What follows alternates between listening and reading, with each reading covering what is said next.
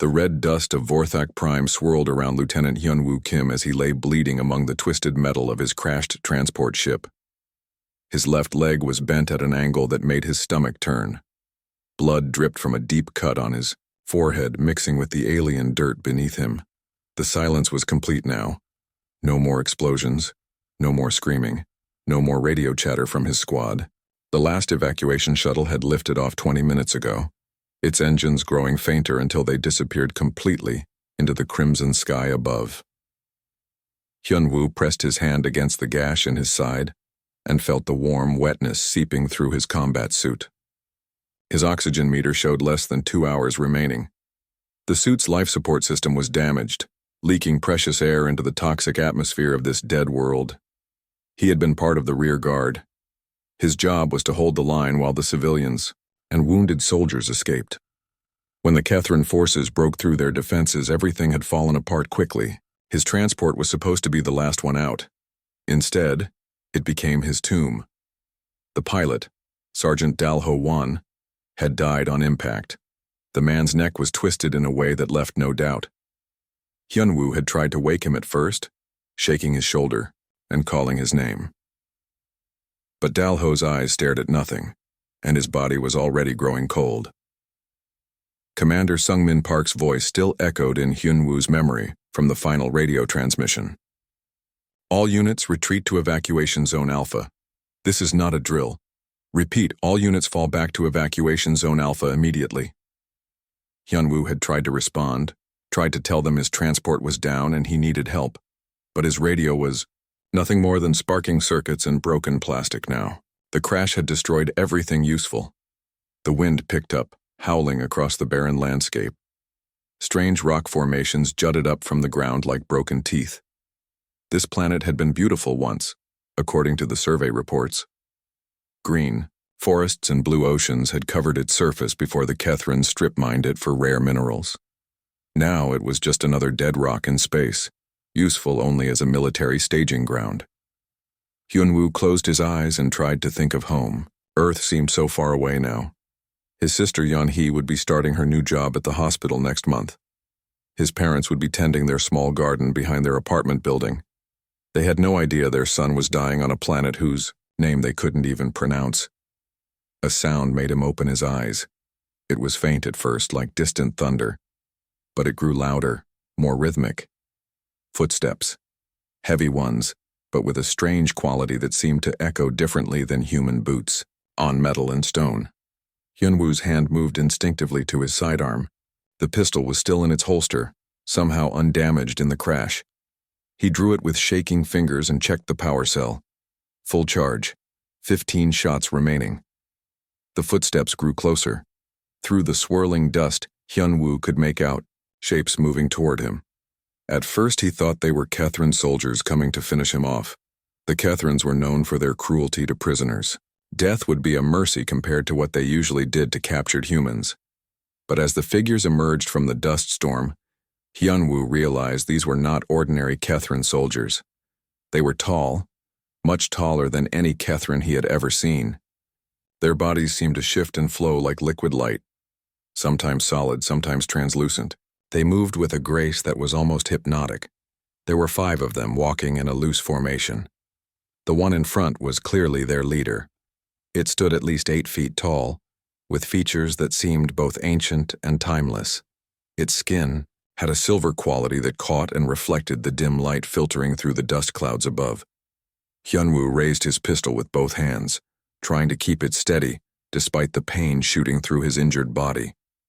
"Stay back," he called, out though his voice was weak and hoarse. "I'm warning you." The being stopped about 20 feet away from the wreckage. The leader tilted its head, studying Hyunwoo with eyes that seemed to contain starlight. When it spoke, its voice resonated with harmonics that made Hyunwoo's bones vibrate. "Human warrior," the being said in accented but clear standard. "You are far from your nest. My squad will come back for me," Hyunwoo lied, trying to sound more confident than he felt. "They're probably on their way right now." The being's expression might have been amusement. It was hard to tell with features so alien. "Your pack has fled. Their scent trails grow cold in the wind. You know this. Hyunwoo's finger tightened on the trigger. What do you want? I am called Veltar, the being replied. Your kind would name me God, though I am something both more and less than that title suggests. I have watched your species fight mine for many cycles. You interest me. Interested enough to kill me quickly? Hyunwoo asked. Interested enough to offer you life, Veltar said. Your body fails. Your spirit burns bright even as your flesh grows cold. This combination is rare among all the species I have known. Hyunwoo's vision was starting to blur. The blood loss was getting worse, and his oxygen levels were dropping. Faster now. Why would you help me? I'm your enemy. Veltar took a step closer, and Hyunwoo could feel a strange warmth radiating from the being. Enemy is a word used by those who have forgotten that all life springs from the same source. Your people fight with honor, even when facing certain death. They protect their weak and mourn their fallen. These are not the actions of enemies. Tell that to your soldiers, Hyunwoo said bitterly. They seemed pretty eager to kill us all. My people have lost their way, Veltar admitted. They invoke my name while committing acts that pain me deeply. They have forgotten the lessons I tried to teach them long ago. The being knelt beside Hyunwoo, moving with careful deliberation. Up close, Hyunwoo could see that Veltar's skin was not silver, but seemed to contain moving patterns like flowing water or shifting clouds. I have been searching for a solution to my people's corruption, Veltar continued. Perhaps the answer lies not in divine intervention but in understanding those they would destroy. Hyunwoo's pistol felt heavy in his hands. So I'm what? A science experiment? You are a bridge, Veltar replied. A connection between what my people have become and what they might yet be again. The being raised one hand, and Hyunwoo felt a tingling sensation spread through his body. The pain in his leg began to fade and the gash on his side stopped bleeding. Choose, human warrior, Veltar said. Die with honor in this place, or live to see if an enemy can become something more. Hyunwoo looked into those star-filled eyes and made his decision. Hyunwoo woke up in darkness. For a moment he thought he was dead. The pain that had been his constant companion was gone. His leg no longer screamed with agony when he tried to move. The burning in his chest from broken ribs had vanished completely. He sat up slowly, his hands exploring his body in the dark. The deep cut on his side had healed, leaving only smooth skin behind. Even the smaller scratches and bruises from the crash had disappeared. It was as if the battle had never happened. Soft blue glow began to fill the space around him. Hyunwoo found himself in a vast underground chamber carved from living rock. Crystals jutted from the walls and ceiling, pulsing with gentle light that seemed to breathe with a rhythm all its own. The air was warm and clean, carrying a faint scent like rain on fresh earth. You have slept for 3 days. Veltar's voice came from somewhere behind him. Your body needed time to accept the healing. Hyunwoo turned to see the tall being emerging from shadows between the crystal formations. In this softer light, Veltar looked less alien somehow. The flowing patterns in his skin moved more slowly, creating an almost hypnotic effect. Where are we? Hyunwoo asked. His voice sounded strange in the vast space, echoing off distant walls he could barely see. This is one of the old sanctuaries, Veltar replied. Built by my people when they still remembered wisdom. Now they have forgotten this place exists. Veltar gestured to a flat stone that held food and water. The food looked strange but smelled good. Hyunwoo's stomach reminded him that he hadn't eaten in days. He approached cautiously. It is safe, Veltar assured him. Your body chemistry is not so different from ours. Hyunwoo picked up what looked like fruit. It was sweet and filled with juice that quenched his thirst better than the water. As he ate, Veltar settled onto the ground across from him with that same fluid grace. Why did you save me? Hyunwoo asked between bites. Your people and mine are at war. Veltar was quiet for a long moment. When he spoke, his voice carried a deep sadness. War was not always the way of my people. Once they were builders and dreamers. They created beautiful things and sought knowledge among the stars. The being gestured to carvings on the chamber walls. Hyunwoo could make out images of Kethrins, working together, building cities, studying the sky, caring for strange plants and animals. What changed? Hyunwoo asked. Fear, Veltar said simply. They encountered other species who were stronger, more advanced. Instead of learning from them, my people chose to see them as threats. They began to believe that only by conquering others could they remain safe. Veltar stood and walked to one of the crystal formations. He placed his hand against it, and the crystal's light grew brighter, showing more details in the carvings. They came to me, demanding power to defeat their enemies. I tried to teach them that true strength comes from understanding, not conquest. But they heard only what they wanted to hear. They twisted my words into justification for war. So you're their god, Hyunwoo said. It wasn't really a question. I am what your language might call a god, yes. But gods are not what your stories make them out to be. We are bound by certain laws, certain obligations. When a people worship us, we must respond to their needs, even when we disagree with their choices. Hyunwoo finished eating and stood up. The chamber was even larger than he had first thought. Passages led off in several directions, disappearing into darkness. You said I'm a bridge, he remembered. What did you mean? Veltar turned away from the crystal. My people have forgotten who they once were. They see only enemies now everywhere they look. But you and your kind fight differently than others they have conquered. We fight to survive, Hyunwoo said. Same as anyone. No. Veltar shook his head. I have watched many battles. I have seen your soldiers throw themselves into danger to save wounded comrades. I have seen your commanders refuse to target civilian populations even when it would bring tactical advantage. I have seen your people weep for fallen enemies. Hyunwoo thought about his own squad, about how Sergeant Jin Soo Park had carried a wounded Kethrin prisoner to safety during their last battle, even though that same prisoner had been trying to kill them minutes before. Your people remember something mine have forgotten. Veltar continued. They remember that mercy can be strength, not weakness.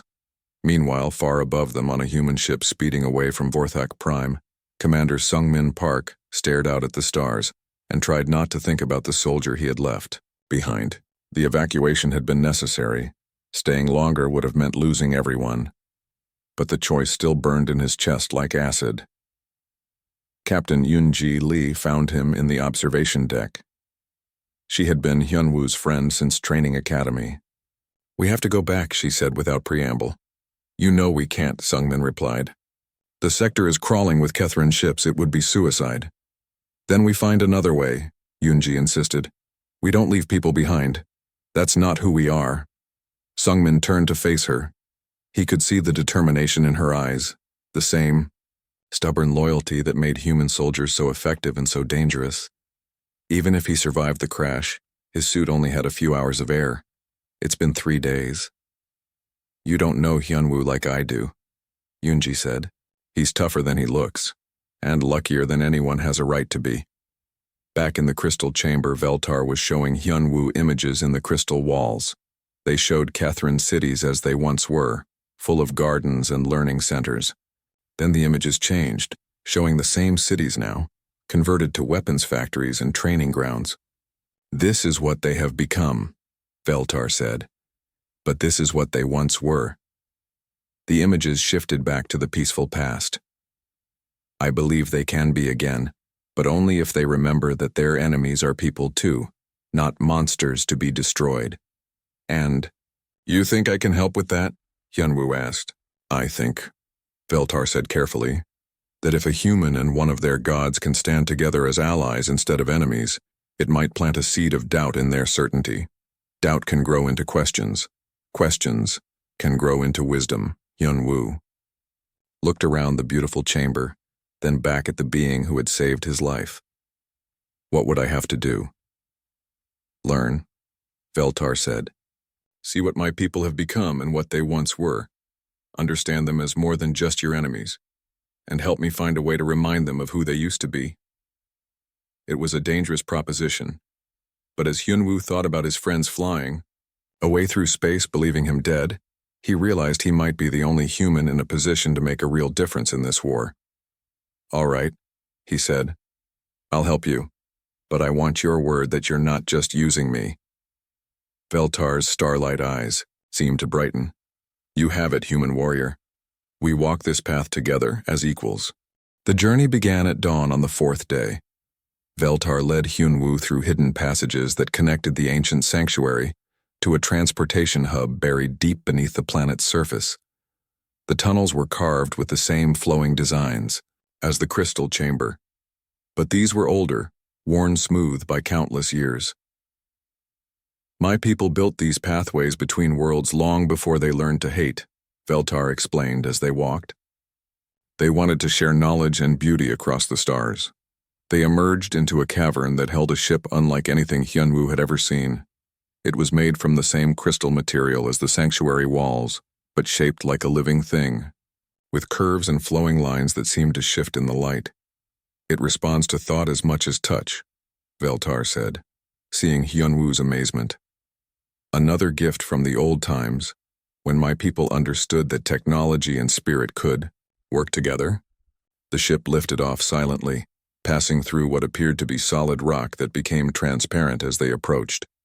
Soon they were among the stars, traveling faster than any human vessel Hyunwoo knew.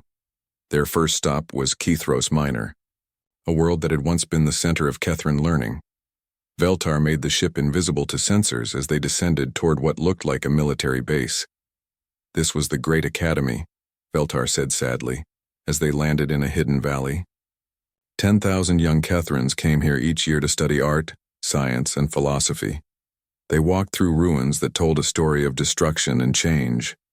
Beautiful buildings had been torn down and replaced with harsh, angular structures. Gardens had been paved over to make training grounds. Libraries had become weapons storage facilities. Hyunwoo picked up a broken piece of carved stone.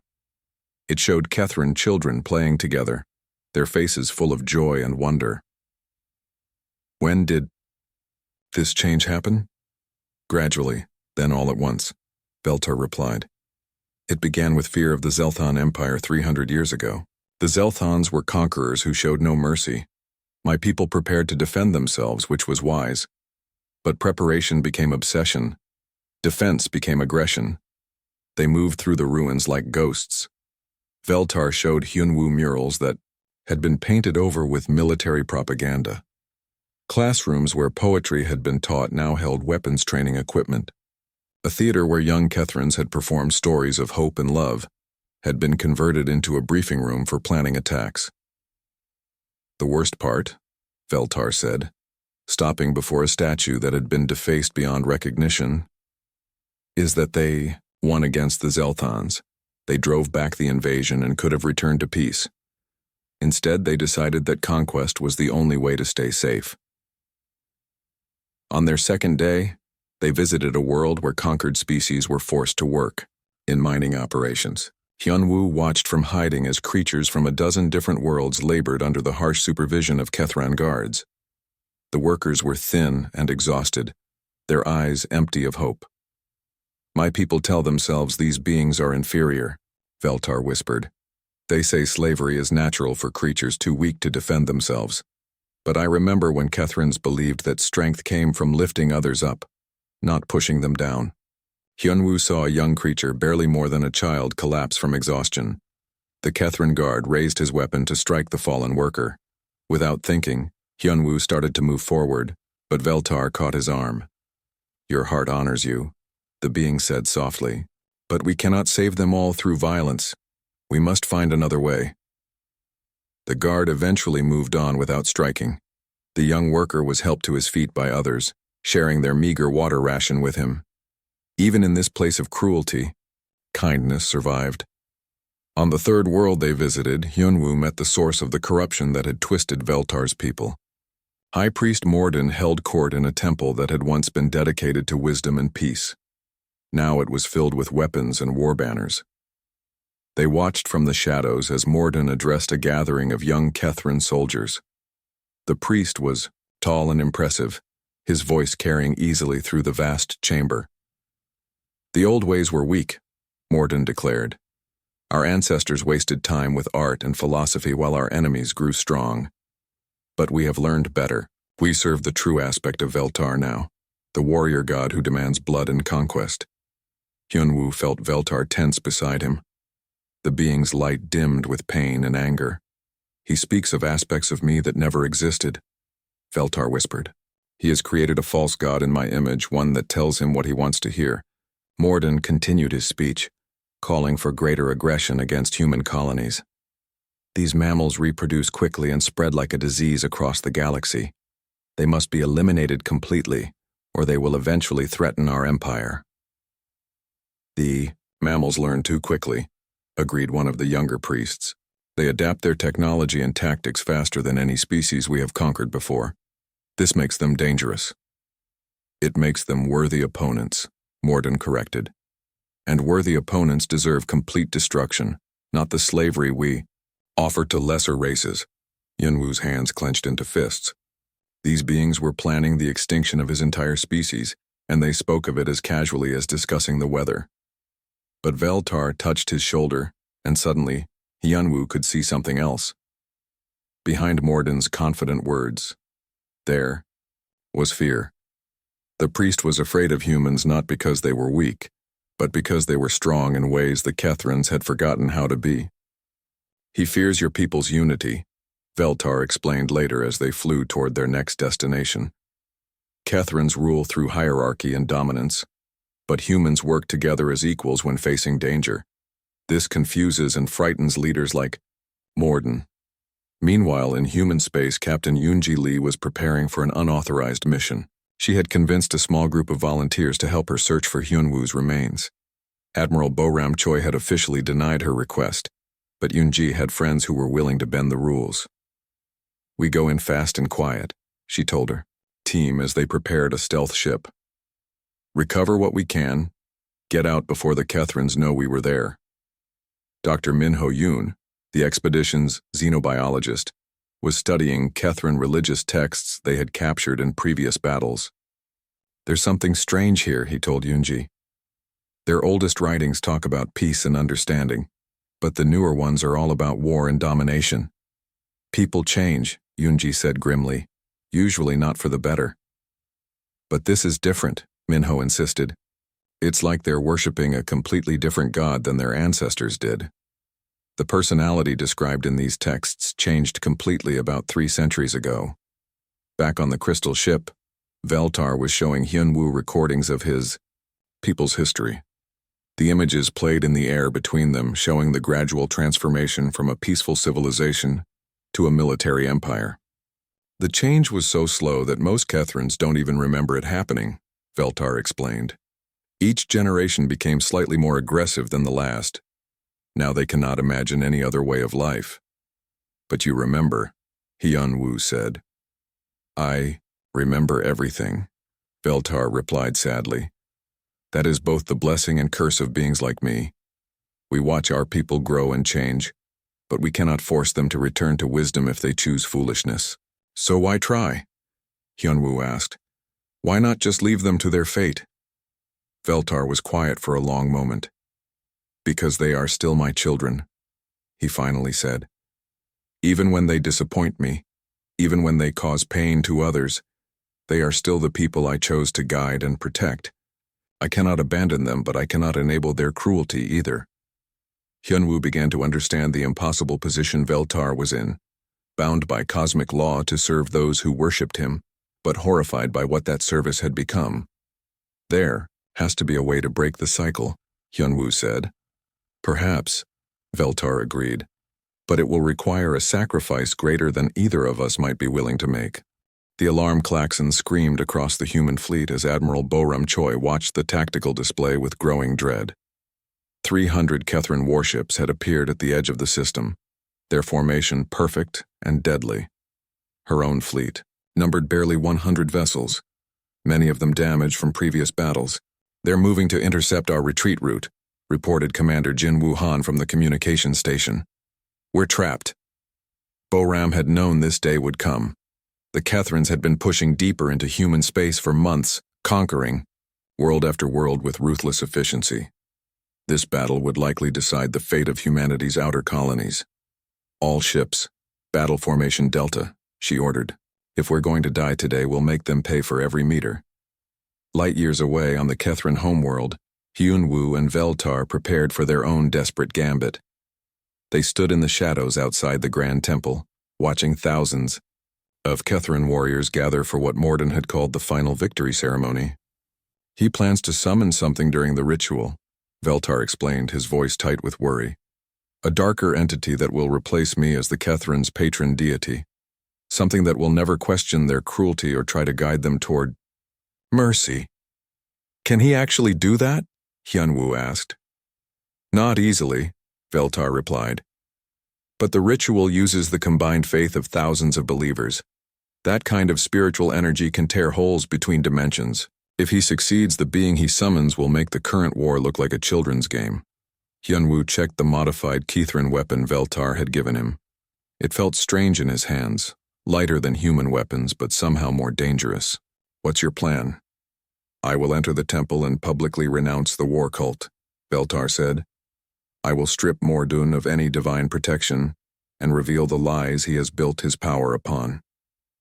That doesn't sound so bad, Hyunwoo said. The moment I do this, every Kethrin in that temple will turn against me, Veltar continued. When a god is rejected by his worshippers, he becomes vulnerable. They will likely destroy me completely. Hyunwoo stared at his companion. You're planning to commit suicide. I am planning to set my people free, Veltar corrected. Even if it costs me everything. Before Hyunwoo could respond, they heard familiar voices approaching through the darkness. A small group of figures moved carefully between the temple's outer buildings, trying to stay hidden from the Kethrin guards. That's impossible, Hyunwoo whispered. But he recognized the voices immediately. Lieutenant Jaewon Seo crept forward with a team of human commandos, their faces painted with camouflage and their weapons ready. Behind them came Captain Yoonji, Lee and Dr. Min Ho-yoon, both wearing captured Kethrin armor that barely fit their human frames. The bioscanner was right, Yoonji whispered to her team. Hyunwoo is definitely somewhere in this area. Hyunwoo started to move toward them, but Veltar caught his arm. If you reveal yourself now, you will doom them all. The guards will capture or kill them before they can escape. I can't just watch my friends die, Hyunwoo protested. Then, help me succeed, Veltar said urgently. If my plan works, this war ends tonight. Your friends will be safe, and so will billions of others across the galaxy. Hyunwoo watched his best friend Jaewon signal the team to spread out and search the temple grounds. It took all his willpower not to call out to them. Inside the Grand Temple, Morden began the ceremony that would seal humanity's fate. 10,000 Kethrin warriors filled the vast chamber, their voices raised in war chants that shook the ancient stones. At the center of it all, the high priest stood before an altar, covered in symbols that hurt to look at directly. Tonight, we call upon the true god of war, Morden declared, his voice amplified by the temple's acoustics. The old Veltar was weak, corrupted by mercy and softness, but there are older powers, hungrier powers that will give us the strength to cleanse the galaxy of inferior species. General Sunja Han, leading the human ground assault on 3 different worlds, received the emergency transmission just as her forces were about to retreat. The message was from Dr. Min Ho-yoon, broadcasting on all frequencies despite the risk of detection. The Kethrin religious structure is fracturing. Minho's voice crackled through the static. Something is happening at their primary temple. If we can disrupt their ceremony, it might end this war. Sunja looked at her exhausted soldiers, then at the Kethrin positions they had been ordered to abandon. All units, change of plans. We hold these positions until further notice. Back at the temple, Veltar and Hyunwoo moved through service tunnels that connected to the main chamber. They could hear Morden's voice growing louder as the ritual reached its climax. When I give the signal, Veltar said, you must help me reach the altar. Morden will try to complete the summoning before I can stop him. They emerged from the tunnels into chaos. Morden had begun chanting in a language that predated the Kethrin civilization, calling to things that dwelt in the spaces between stars. The symbols on the altar were glowing with sickly green light, and the air itself seemed to be tearing apart. My people, Veltar's voice boomed through the chamber, somehow heard over the ritual chanting.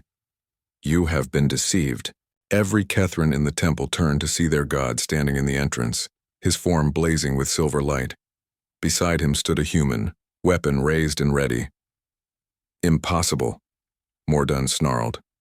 You cannot enter this sacred space uninvited. Built this temple? Veltar replied, walking steadily down the central aisle as the crowd parted before him. I am invited by the stones themselves, which remember when they were placed with love instead of fear. The summoning portal flickered and wavered as Mordun's concentration broke. Through the green tear in reality, Hyunwoo could see something vast and hungry beginning to push through from the other side. You bring a human into our most sacred place, Mordun accused. You prove your corruption. I bring a teacher, Veltar corrected. Someone who can show you what you have forgotten. Hyunwoo stepped forward, his heart pounding. 10,000 alien warriors surrounded him, any one of whom could kill him with ease. But he thought of his friends outside, of Admiral Boram fighting impossible odds in space, of all the human worlds that would fall if this summoning succeeded. Your god didn't abandon you, Hyunwoo called out, his voice carrying in the sudden silence. You abandoned him. You stopped listening to his teachings about mercy and wisdom. You chose fear instead of hope. Lies, Mordun shouted, but some of the younger Kethrans in the crowd were listening with confusion on their faces. I've seen your history, Hyunwoo continued. Your people were beautiful once. You created art and music and stories. You explored the stars to make friends, not to conquer enemies. Those times were weakness, Mordun declared, but his voice wavered slightly. Those times were strength, Veltar said, reaching the altar. And they can be again. The high priest raised his ceremonial blade, the one meant to complete the summoning ritual. But instead of striking the altar, he lunged at Veltar with desperate fury. I will not let you destroy everything we have built, Mordun screamed. Hyunwoo fired his weapon, the energy bolt catching Mordun in the shoulder and spinning him away from Veltar. The high priest collapsed, his blade clattering across the stone floor, but the damage was done. The summoning portal blazed with renewed light as the thing on the other side sensed the blood that had been spilled. Ancient and evil, it began forcing its way through the weakened barrier between dimensions. It's too late, Mordun laughed from where he lay bleeding. The hunger god comes, and not even you can stop it now. Veltar looked at the growing portal, then at Hyunwoo, then at the thousands of his people who watched in growing terror as they realized what their high priest had truly been trying to summon. Perhaps, Veltar said quietly, but I can try.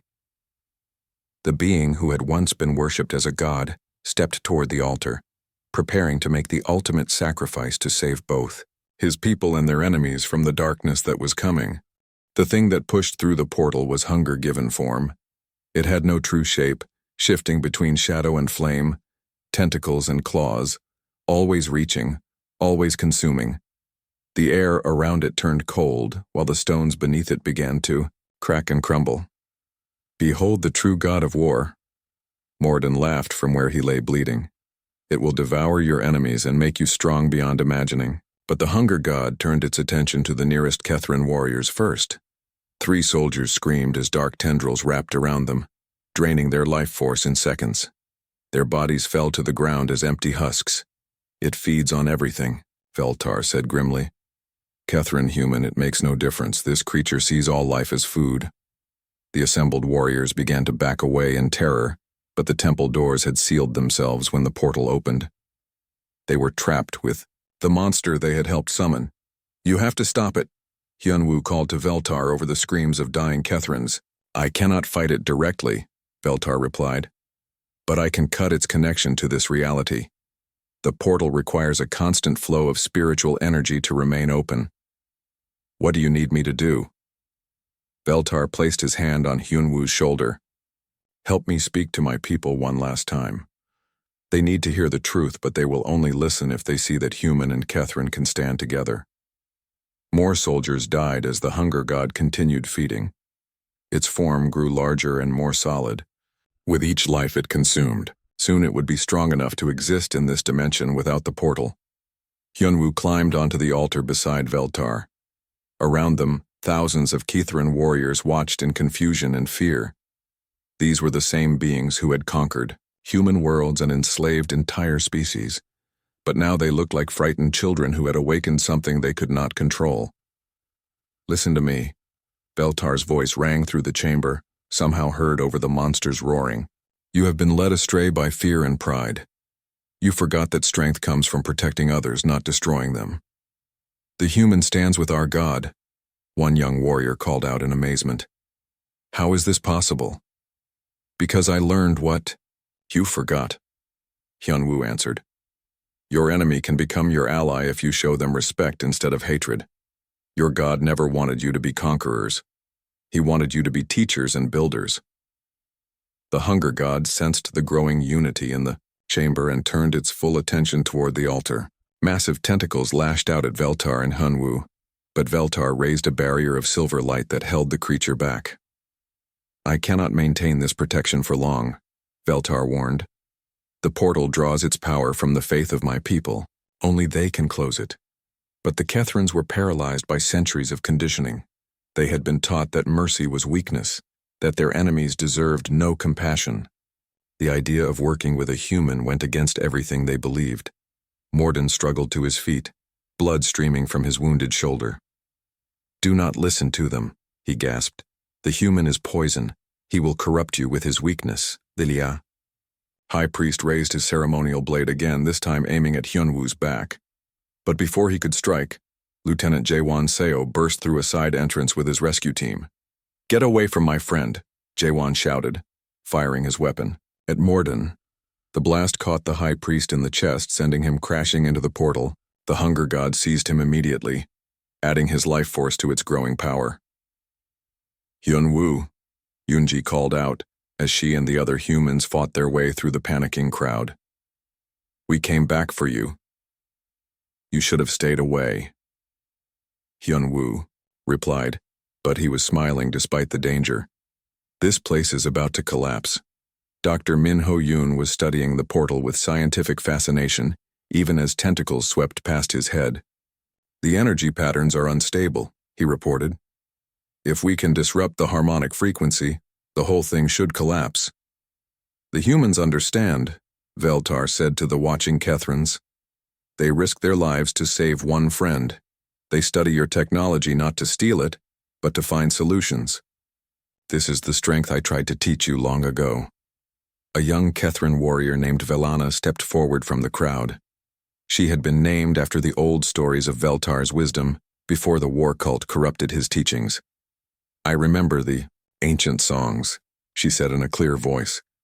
"Before we learned to hate, we learned to hope. Before we conquered others, we conquered our own fears." "Lies and weakness," snarled another priest, but his voice lacked conviction. "Truth and strength," Velana replied. "Look at the humans. They came back for one soldier even though it meant facing thousands of us. Would we do the same?" More young Kethrans began to nod and murmur agreement.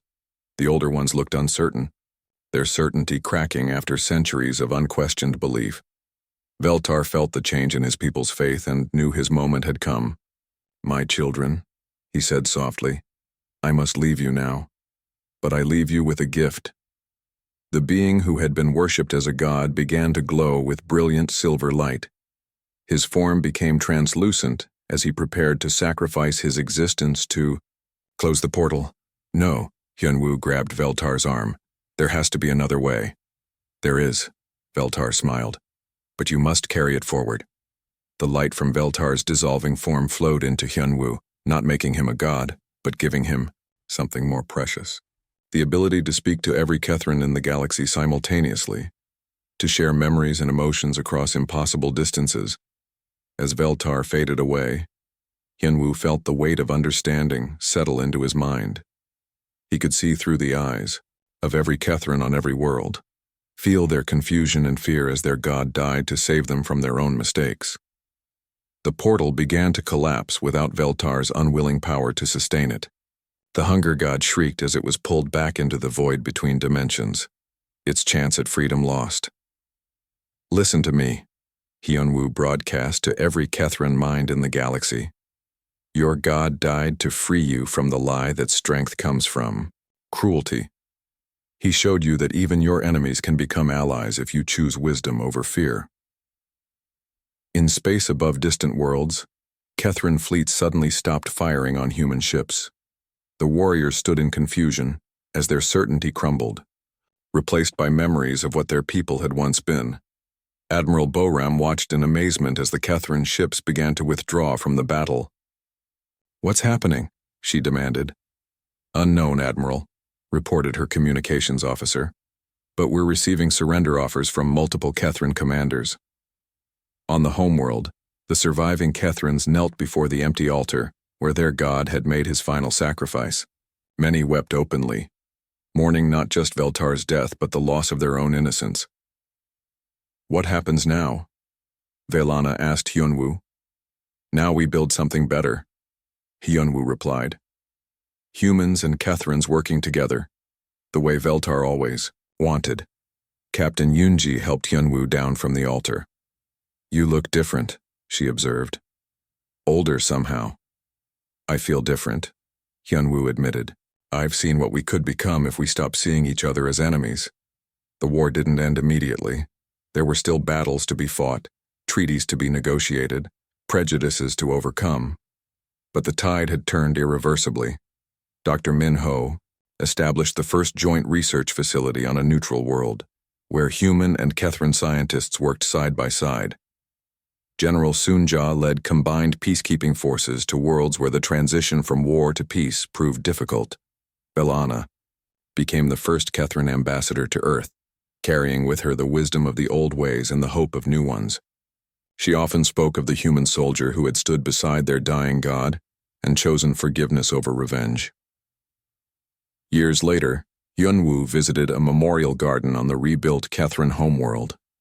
The names of war dead from both species were carved into living stone that grew and changed with the seasons. At the center stood a statue of Veltar, his arms outstretched to embrace both human and Kethran children playing at his feet. "Do you think he would be proud of what we've built?" Velana asked, joining Hyunwoo beside the memorial. "I think," Hyunwoo said slowly, "he would be proud that we built it together." The galaxy was still dangerous, still full of species that chose conquest over cooperation. But humanity and the Kethrans had proven that enemies could become allies, that gods could choose sacrifice over power, and that sometimes the greatest strength came from showing mercy to those who had shown none, to you. In the end, that was the most human thing of all.